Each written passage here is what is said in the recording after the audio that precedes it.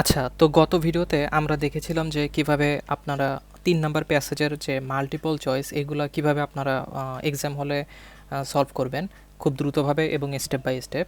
দেন আরও দেখেছিলাম যে সামারি কমপ্লিশন। তো সামারি কমপ্লিশনের ব্যাপারটা হচ্ছে এরকম যে লাস্টের এই কয়েকটা কিওয়ার্ড, সাপোজ ৩১ নম্বরে যে ফিল ইন দ্য গ্যাপসটা আছে, এটা সামনের কিওয়ার্ডকে টার্গেট করে আপনারা কিভাবে প্যাসেজ থেকে আনসার খুঁজে বের করবেন। আরেকটা জিনিস খেয়াল রাখতে হবে যে এখানে হুবহু কিন্তু আপনারা এখানে যে অপশনগুলো দেওয়া আছে, অপশনগুলো হুবহু আপনারা এই প্যাসেজে পাবেন না, ঠিক আছে? এগুলো সিনোনিম আকারে এখানে দেওয়া আছে। আপনি যদি এখানে হুবহু ইমোশন খুঁজতে যান, কমপ্লেক্সিটি খুঁজতে যান, তাহলে আনসার খুঁজে পাবেন না। সাপোজ এই প্যাসেজটার মূল ভাবটা বুঝে এখানে যে সিনোনিমটা ইউজ করা হয়েছে সেখান থেকেই এটা বের করতে হবে।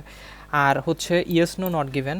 তো ইয়েস নো নট গিভেনের বেলায় প্রথমেই হচ্ছে আপনাকে প্রশ্নটা পড়তে হবে, সাপোজ এই যে প্রশ্নটা, দেন প্যাসেজে যাইতে হবে, দেন এখানে আনসার বসাইতে হবে আর কি।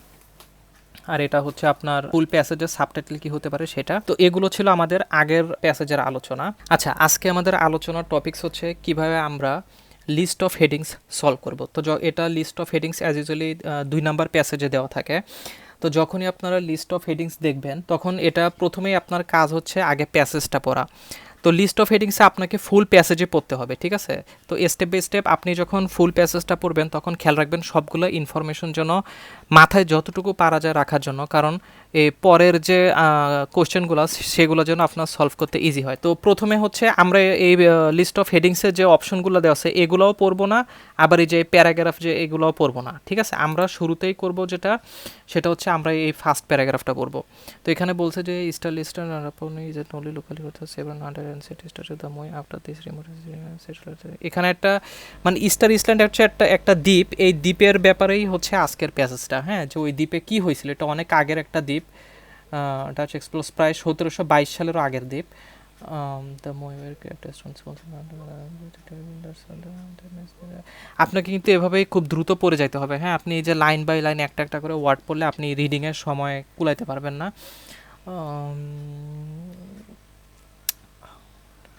আচ্ছা দেখেন এখানে কি বলছে, এখানে বলছে Thor Heyerdahl the Norwegian ethnographer and adventure thought the statue had been created the pre Inca people of the Peru.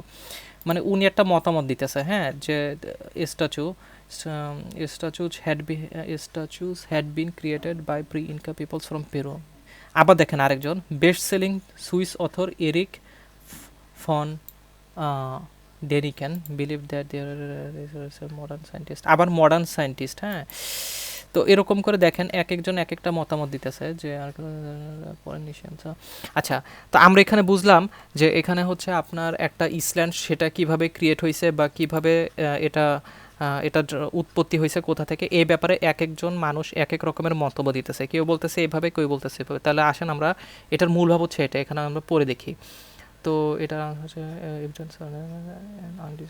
দেখেন আমরা কিন্তু এটা মই নিয়ে একটা আলোচনা, ঠিক আছে? আর এখানে হচ্ছে এক একজনের এক এক মতামত, তার মানে এটার আনসার হচ্ছে এটা। হ্যাঁ, এটা একদম ইজিলি বোঝাই যাচ্ছে। আচ্ছা, তো পরের প্যাসেজে পরিচয় হুইন ইউরোপিয়ান অ্যারাইভড, প্রশ্ন কিন্তু পড়বো না, প্রশ্ন পড়বো পরে, আগে প্যাসেজটা।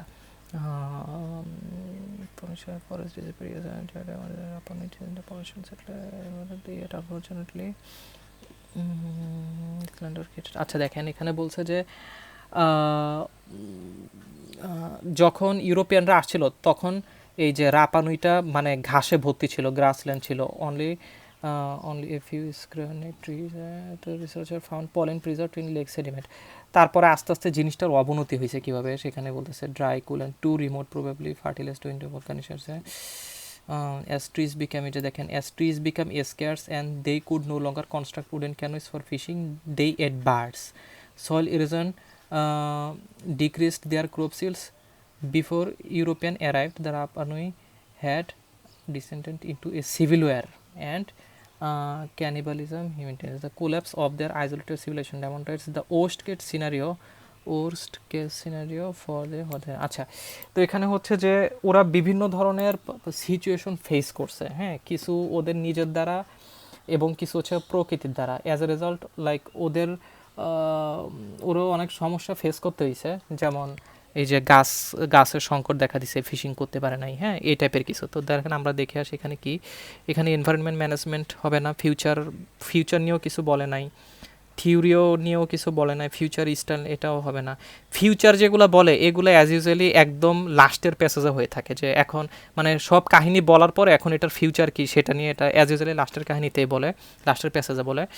তো অপোজিং ভিউ না, ডিস্ট্রাকশন আউটসাইড ইনহেবিটেন্স, এখানে আউটসাইড ইনহেবিটেন্সের how statue diminishing food resources, এই যে দেখেন এটার উত্তর ডিমিনাইশিং ফুড রিসোর্সেস হবে। এই কারণে এখানে দেখেন কীভাবে খাবারের রিসোর্সগুলো কমা শুরু করছে, এটাই দেখাইছে, হ্যাঁ। As trees become scarce they could no longer construct wooden canoes for fishing, মানে মাছ, হ্যাঁ। They ate birds, soil erosion decreased crop yields, মানে চাষবাসও করতে পারে নাই, আবার সিভিল ওয়ার হাবিজাবি এরকম কিছু হয়েছে যে কারণে ফুড ডিমিনিশ হয়েছে। আচ্ছা, থার্ড পেজ হচ্ছে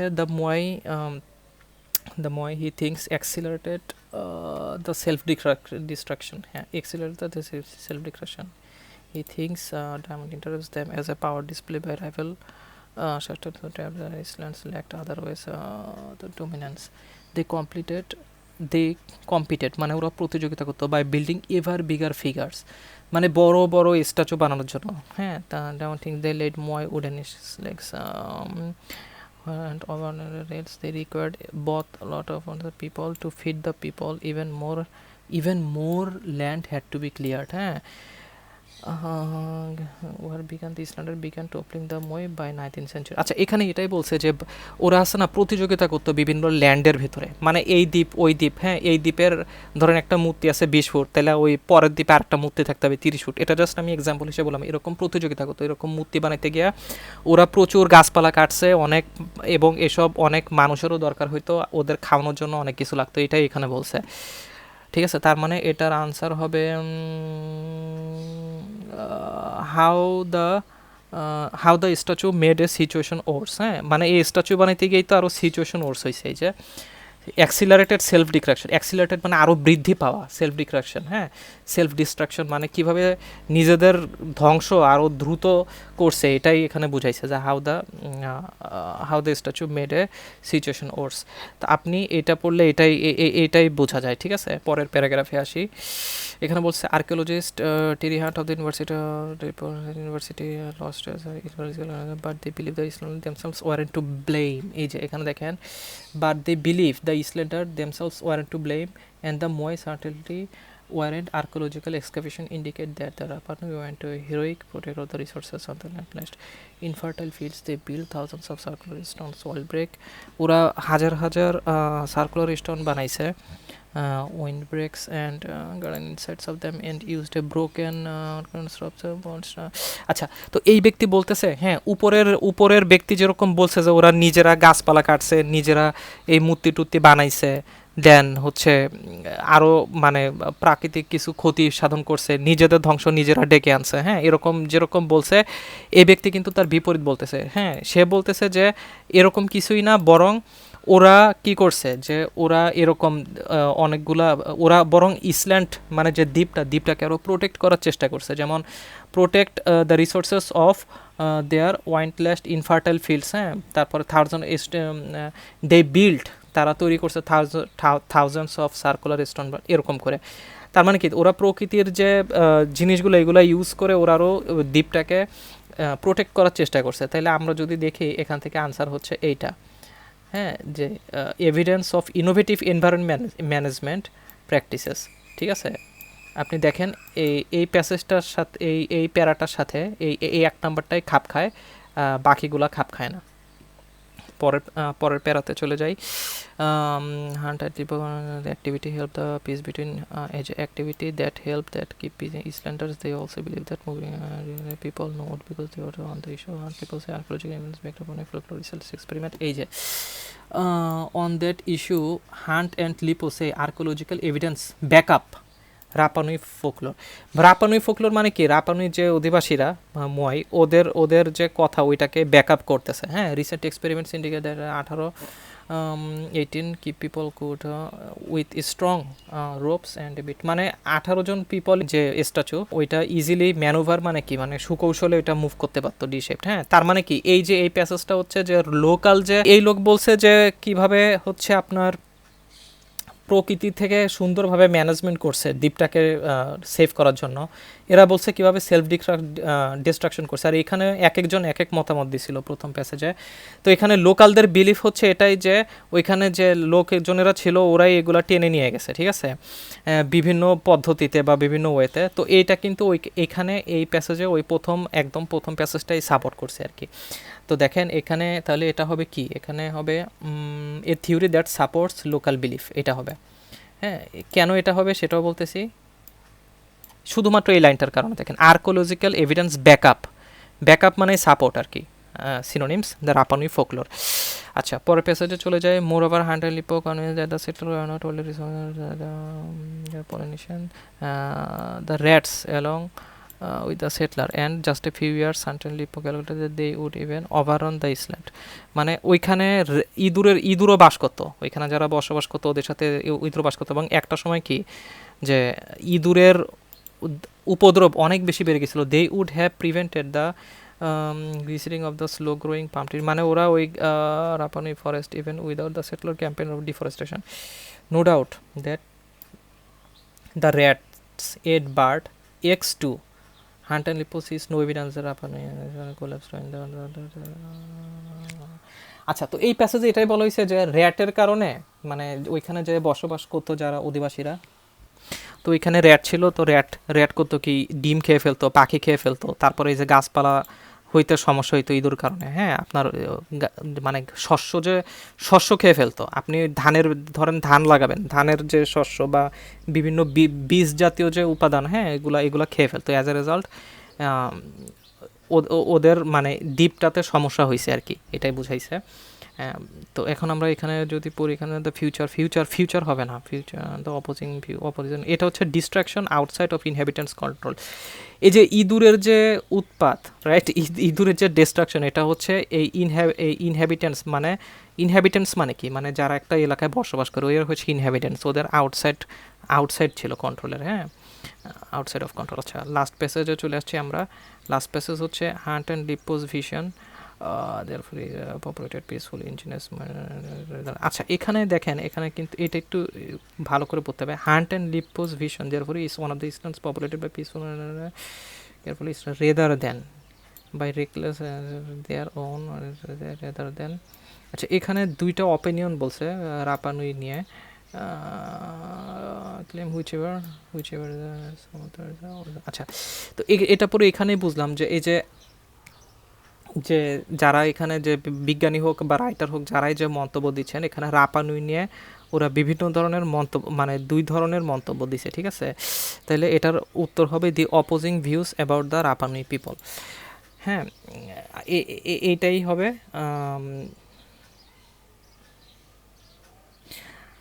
তো আপনি বা উপরেরগুলো যদি পড়ে দেখেন, দেখবেন যে এটার সাথে মিলতেছে না, অনলি এই জি নাম্বারটা এটার সাথে মিলতেছে। তো এটাই হচ্ছে আপনার হেডিং ম্যাচের মানে অ্যাপ্রোচ, যে আপনি প্রথমে এটা পড়বেন, এই ধরেন পুরো প্যাসেজটা খুব দ্রুত ভালো করে পড়বেন, একটা ওভারঅল আইডিয়া নেবেন, নিয়ে এই লাইনগুলোর সাথে যেটা সবচেয়ে বেশি খাপ খায় সেটা মিলাইতে হবে, ঠিক আছে। তো আচ্ছা, এখন আমরা পরের ইস্যে চলে যাই। আচ্ছা, আমরা যদিও গত প্যাসেজে সামারি কমপ্লিশন করছিলাম, তো এই প্যাসেজও আরেকবার দেখাই দিই, আপনাদের সুবিধা হবে। তো সামারি কমপ্লিশনে আবার দেখাই, শুরুতেই যেটা করতে হবে, আগেই প্রশ্নটা পড়তে হবে। Diamond believes that Polynesian of Rapa Nui destroyed forest cutting down trees and fuel. এই যে দেখেন, cutting down trees and fuel, trees for fuel and clearing land for, মানে ল্যান্ডটা ক্লিয়ার করছে কেন? তাহলে এটা আমরা পড়ছিলাম 2 নাম্বারে, যে কিভাবে ওদের খাবারের রিসোর্সগুলো কমে গেছে, ঠিক আছে। তো আপনি যদি এখানে দেখেন, মাঝামাঝিতেই পড়ছিলাম, এগুলো খেয়াল রাখবেন। হ্যাঁ, কোথায় কোনটা পড়ে আসছেন এটা কিন্তু মাথায় রাখতে হবে। মানে আমি পড়ে উত্তর পেয়ে ভুলে গেলাম, এরকম হলে আপনি পরের প্রশ্নগুলোতে ডিফিকাল্টি ফেস করবেন আনসার খুঁজে পেতে। আচ্ছা, ওকে। তো they had unfortunately settled on the extremely they dry coal remote utilized when the Iceland এই যে দেখেন, when the Iceland cleared forest for firewood and farming,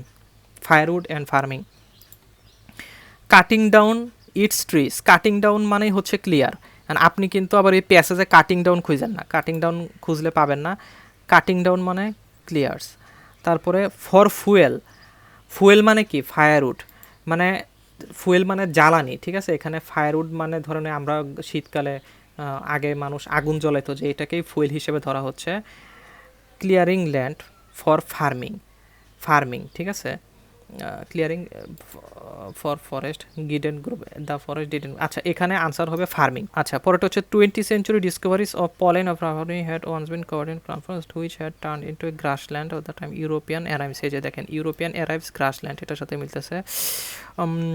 When the Islanders were no longer able to build the dash they needed for go to fishing, and ফিশিংয়ে যাওয়ার জন্য কি দরকার, ফিশিংয়ে যাওয়ার জন্য ক্যানয়, ক্যানয় মানে কি, মাছ ধরার জাহাজকে ক্যানয় বলে, ঠিক আছে, এটার আনসার হবে ক্যানয়। দেয় এটা একদম ইজি।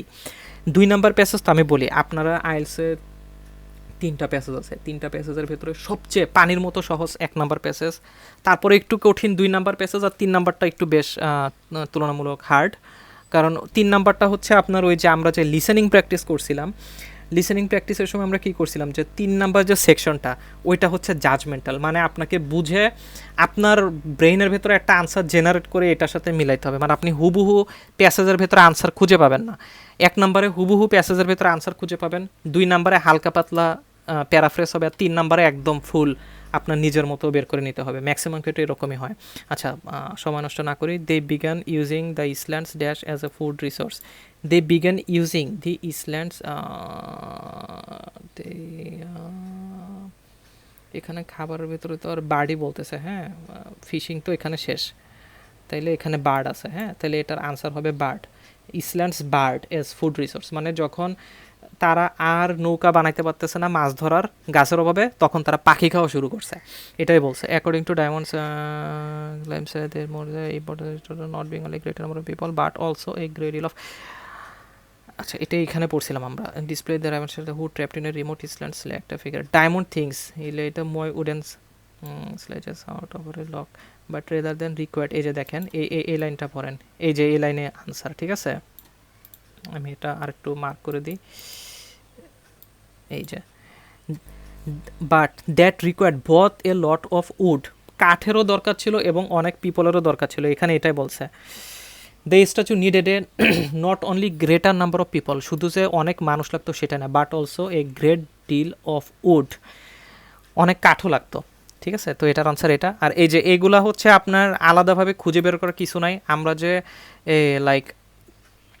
আমরা যে হেডিং ম্যাচ পড়ছি একটু আগে, হেডিং ম্যাচ বা যে ম্যাচিং হোক, আমাদের কিন্তু ফুল প্যাসেজ পড়া হয়ে গেছে, তো ফুল প্যাসেজ পড়ে আমরা এটাই বুঝছি যে এটার the period when the moai were created, এটা না, মানে এটা হচ্ছে অন দ্যাট হোন, মানে হান্ট অ্যান্ড লিপো কোন ব্যাপারে ডিসএগ্রি করছে ডায়মন্ডের সাথে, এটাই বলতে চাইছে। হ্যাঁ হান্ট অ্যান্ড লিপো এই ফুল প্যাসেজে কিন্তু এক একজন এক এক মতামত দিচ্ছে, তো কোন ব্যাপারে ডিসএগ্রি করছে যে কিভাবে এই যে ময়টা ট্রান্সপোর্টেড হয়েছে, ঠিক আছে, এটা নিয়ে। আর হচ্ছে দ্য ইম্প্যাক্ট অফ দ্য ময় অফ রাপানুই সোসাইটি, এবং এই যে ময় মানে স্ট্যাচু, ময়টা হচ্ছে যে মূর্তি বা স্ট্যাচু যেটা, ওইটার কি এফেক্ট পড়ছে রাপানুয়ের উপরে, সেটা নিয়ে ওরা ওরা দুজন ডিসএগ্রি করছে। আচ্ছা এখানে কিভাবে ডিসএগ্রি করছে সেটা বলি, দেখেন হান্ট অ্যান্ড লিপ্পো ওরা বলতেছে যে এই সমস্ত যে মূর্তি ওরা নিজেদের ভেতরে মানে শান্তি, বিভিন্ন ইসল্যান্ড যে আছে পাশাপাশি বিভিন্ন দ্বীপগুলোর ভেতরে শান্তি বজায় রাখতে হেল্প করতো,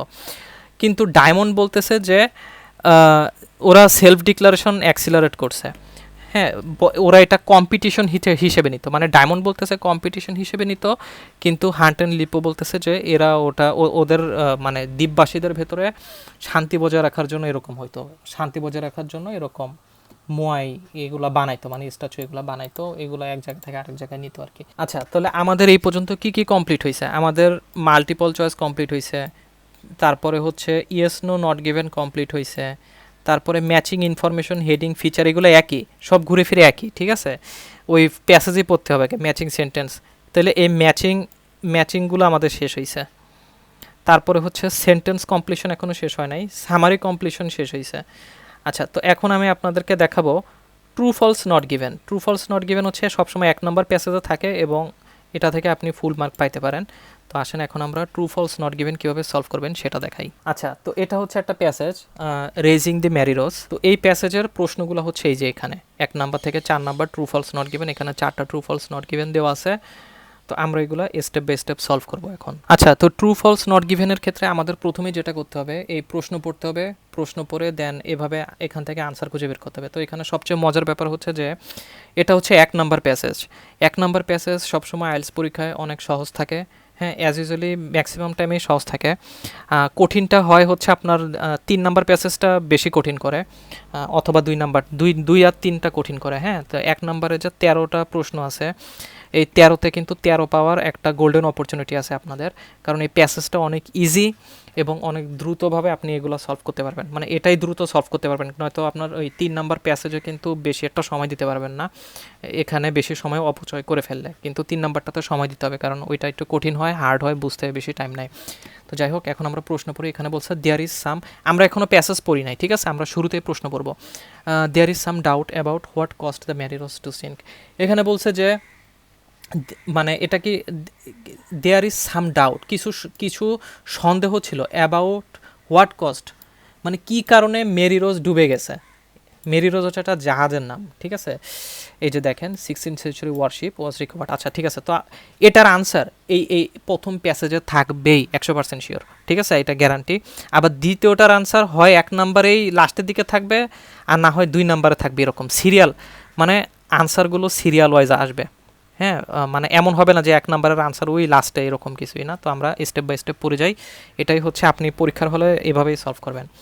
তো ঠিক আছে, আমরা পড়ে দেখি on July English and friends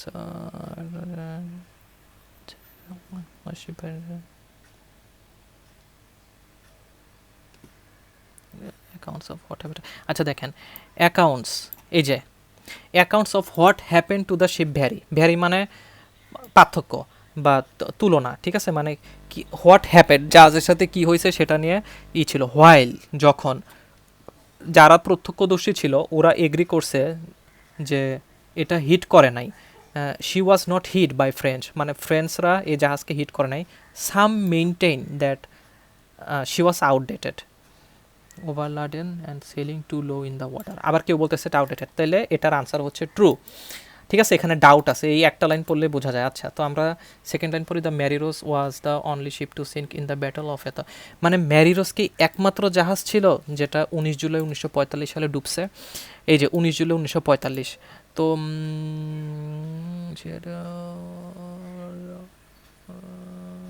আচ্ছা, আচ্ছা, তো এখানে এমন কিছুই লেখা নাই যে ম্যারিরোস ওয়ানলি শিপ ছিল কিনা, এখানে জাস্ট এটাই, এখানে মতামত দিছে যে ম্যারিরোস, কেউ বলছে যে ফ্রেন্সরা হিট করছে, কেউ বলছে যে না এটা পুরাতন হয়ে গেছে, কিন্তু ম্যারিরোস যে একমাত্র জাহাজ ছিল যেটা ডুবছে কিনা এই ব্যাপারে এখানে কিছু লেখা নাই, তাই এটার আনসার হবে নট গিভেন। আচ্ছা, 3 নাম্বার প্যাসেজটা পড়ি, most of one side of is Mary Rose, আচ্ছা, most of the one side মানে একটা সাইড, একটা সাইডের বেশিরভাগ অংশ সমুদ্রের তলে আনড্যামেজড ছিল, মানে ক্ষতি হয় নাই কোনো। আচ্ছা, এটা পড়ি, after the battle met over but failed, মানে ব্যাটেলের পরে রিকভার করার চেষ্টা করছিল জাহাজটা, বাট ফেইল্ড হয়েছে। এখন আমি আরেকটা ব্যাপার বলি, আমি কিন্তু ঠিকই এরকম পরে বুঝতেছি, কিন্তু আমি যদি আপনাদেরকে এরকম বাংলা এবার এক্সপ্লেনেশন দিতে যাই তাহলে ভিডিও অনেক বড় হয়ে যাবে, ঠিক আছে। এর জন্য আমি আর এক্সপ্লেনেশন দিচ্ছি না, আমি জাস্ট ডাইরেক্ট আনসারগুলো লোকেট করার চেষ্টা করতেছি।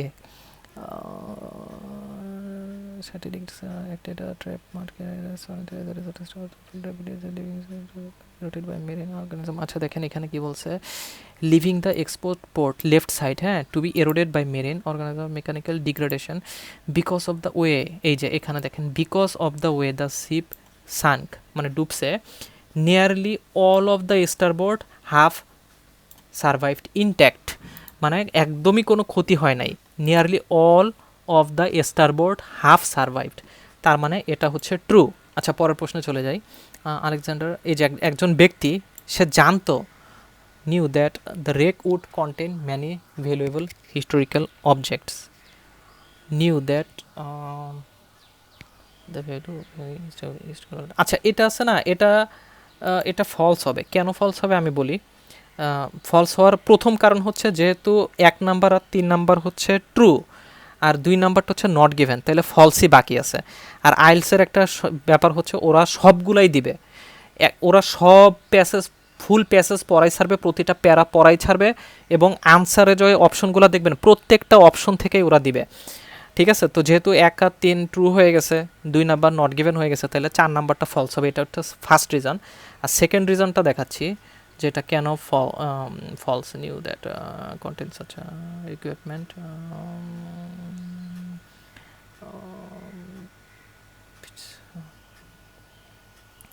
আলেকজান্ডার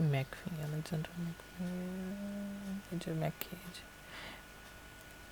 এই যে দেখেন, হ্যাঁ, McKee and his team not knew for certain that they had found the wreck, but were as yet unaware that it also housed a treasure trove of beautiful preserved artifacts. আচ্ছা, এই যে 4 নাম্বারটা যে কেন ফলস, এটার answer এখানে পাবেন। এখানে বলতেছে যে আলেকজান্ডার ম্যাককি সে জানতো যে এই যে র্যাক মানে ধ্বংসাবশেষ। হ্যাঁ, এই যে ওয়ার্ড মিনিংগুলো আমি কেন ভোকাবুলারি শিখতে বলি, হ্যাঁ, আমার ভিডিও যারা দেখতেছেন ম্যাক্সিমাম দেখবেন এই যে রেক মানে যে ধ্বংস বা ধ্বংসাবশেষ, এটার মানে জানে না। আপনি যদি রেক মানেই না জানেন, আপনি কেমনে বুঝবেন যে এখানে কি প্রশ্ন চাইতেছে? তো এর জন্য ভোকাবুলারি শেখার গুরুত্ব অনেক বেশি, অনেক অনেক অনেক বেশি। মানে আপনি কল্পনাও করতে পারবেন না যে ভোকাবুলারি কি পরিমাণ ইম্পর্ট্যান্ট। তো এখানে দেখেন, এখানে বলতেছে জানে, নিউ, টিম নট নিউ, ঠিক আছে, not knew certain fix that they had found that, but they were as yet unaware. তারা আনওয়্যার মানে কি, মানে জানতো না বা অসচেতন ছিল বা অজানা ছিল, that it also housed a treasure trove. ট্রেজারের মানে ধরেন আপনার গুপ্তধন, এই টাইপের কিছু, trove of beautiful preserved artefacts. ঠিক আছে, আচ্ছা, তো সময় কম।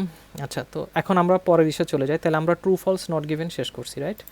এই যে true false not given done, multiple done, yes no not given done, এগুলোও ডান, এটাও ডান। এখন এটা হচ্ছে স্টেটমেন্ট কারেক্ট। এটা এই যে এই ম্যাচিং হেডিং ফিচার ইনফরমেশন এইগুলোর ভেতরে একটা পড়ে যায়, ঠিক আছে? তো এই ক্ষেত্রে আপনারা করবেন কি, আমি বলি, যখন এরকম শাল পাবেন তখন এটা কিন্তু ইজি। কেন ইজি বলি, আপনি শুধু শালগুলো খুঁজবেন, ঠিক আছে, যে কত সাল বললো, ডাইরেক্ট শাল খুঁজে বের করার চেষ্টা করবেন। ঠাস করে দেখেন, এই যে চোখের ভেতরে পড়ে গেছে 1945, এরপরে আর কি আর কি, এখানে 1945 আছে এখনো না? 1945 নাই, আগে সাল খুঁজবো আমরা।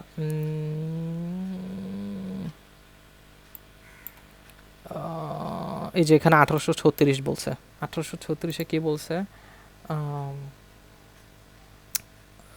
Some fishermen in the Solent found that the fisher equipped found that their equipment was caught underwater obstruction, which turned out a merry rose. এই যে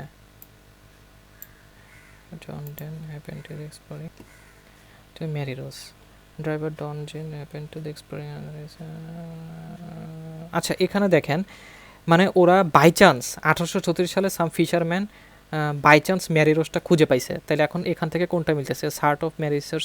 এখানে ম্যারি রোজ বাই চান্স খুঁজে পাইছে, কিন্তু খোঁজার জন্য যে একটা কিছু লঞ্চ করা হয়েছে এরকম বলা নাই। 1% ম্যারি রোজ সাইট স্টপটের কথা বলা হয় নাই। ইট ওয়াজ এগ্রিও বলা হয় নাই। The site of Mary Rose what found by chance, this is the answer. তাইলে 8-এর উত্তর হচ্ছে এটা, 8-এর উত্তর হচ্ছে এ, ঠিক আছে? সালে এটাই বলছে যে হঠাৎ করে ম্যারি রোজ পায়ে ফেলছে, caught on a underwater obstruction which turned out, মানে এটা যেটা ম্যারি রোজ ছিল। আচ্ছা, তো পরে আর কি সাল আসে? পরে সালগুলো দেখি, 1840। আচ্ছা, এই সালে কি বলছে দেখি, একটু আগে পিছে পড়ি। Exploring the further he covered several other tempers of a bronze gun, DNA continue driving on the site intermittently until এত recovering several more guns to both various timbers part of pump and various other small finds. আচ্ছা, এখানে আর একটু ভালো করে পড়ে দেখি। Equipment করা, আচ্ছা, এখানে কি বলছে যে এই যে ব্যক্তিটা, হ্যাঁ, কি বলবো, জন ডিনে, বা যাই হোক জনই বলি তার নাম, বিদেশিদের নাম অনেক কঠিন। সে এই জিনিসটা নিয়ে মানে ঘাটাঘাটি করছিল, ঠিক আছে, এবং সে বেশ কিছু এক্সপ্লোরিংও করার চেষ্টা করছে এবং করছেও, কিন্তু কন্টিনিউ ডাইভিং, সে ডাইভিং করছে 1840-এর আগ পর্যন্ত। মানে কি 1840-এর পরে জিনিসটা আর কন্টিনিউ করে নাই, সেটা বন্ধ হয়ে গেছে, ঠিক আছে, মানে স্টপড হয়েছে। তাহলে এটার আনসার হচ্ছে এই যে 1% এক্সপ্লোরেশন অফ ম্যারিরো সাইড স্টপ, এই 1%টাই হচ্ছে জন। আচ্ছা, তাহলে নেক্সট সাল কি আসে আমরা খুঁজে বের করি। নেক্সট আসতেছে 1965। আচ্ছা, তো 1965-তে কি হয়েছে? কন্ডাকশন উইথ প্রজেক্ট কল পরে পেজে যাই।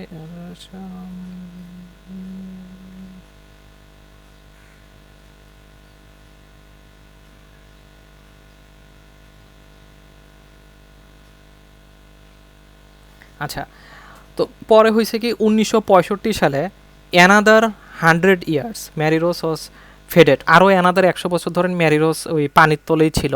কিন্তু 1965 সালে military historian and amateur diver Alexander McKee, এই যে আলেকজান্ডার ম্যাককি এই ব্যক্তি আবারও এই ম্যারিরোস খোঁজার সন্ধান করছে, ঠিক আছে, আরেকজনের ব্যক্তির নিয়ে খোঁজার সন্ধান করছে। তাহলে এটার হচ্ছে এ সার্চ ফর মেরিরোস ওয়াজ লঞ্চড, এটার উত্তর হবে এটা, ঠিক আছে। তাহলে আমরা 1840 পাইলাম, 1965ও পাইলাম, ঠিক আছে। তাহলে আমাদের বাকি উত্তরগুলো এই অপশনের ভিতরে। তাহলে নেক্সট সাল কি আসে দেখি। নেক্সট আছে 1967 আসতেছে, এই যে 1967 এখানে বলছে এটা একদিকের মেরিরোস রেজডের কথা বলে নাই, আমাদের রেজড খুঁজতে হবে, রেজড ইন্টারেস্ট। আচ্ছা, এটা আমরা পড়ছি, হ্যাঁ। Further 1971, but when the climax of operation came on the ship's frame was uncovered। তারপর ওই যে ম্যাকে সে এবার ছিল না, যেটার ভিতর অনেক গুপ্তধন আছে, হ্যাঁ, এই টাইপের কিছু। 1979 interest in the project grew, মানে 1980 সালে এই যে জাহাজটা তুলে আনার প্রতি যে ইন্টারেস্ট এটা আরও বৃদ্ধি পাইছে। তারপরে ম্যারি রোজ ট্রাস্ট ফ্রম, মানে একটা একটা মানে আমরা যেরকম কমিটি গঠন করি না, একটা কমিটি গঠন করছে ম্যারি রোজ জাহাজ তোলার জন্য।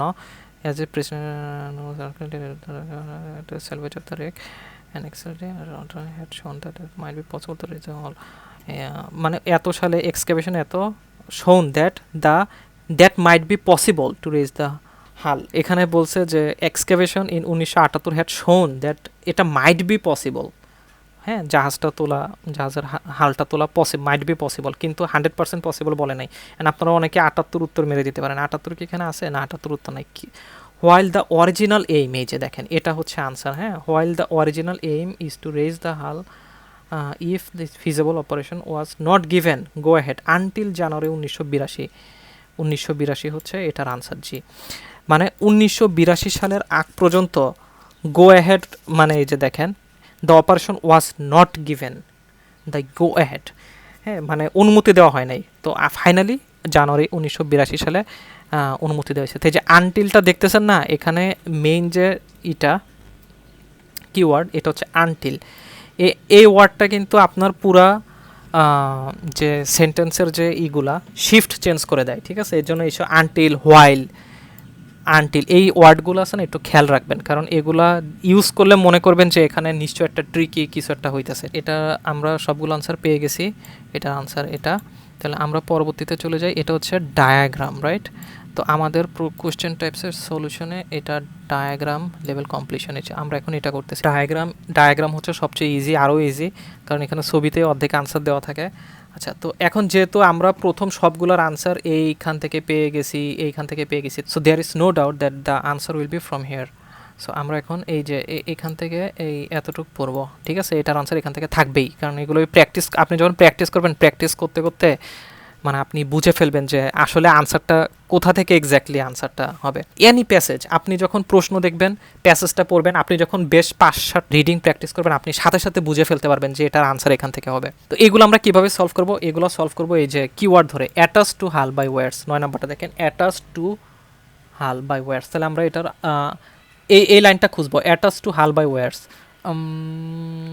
রিমেইনিং হাল important decision again, namely to the operation where 3 the hull was attached to a lifting frame by এই যে দেখেন এই লাইনটা পড়ে দেখেন, attached to hull by wires, the hull was attached to a lifting frame via a network of bolts and lifting wires।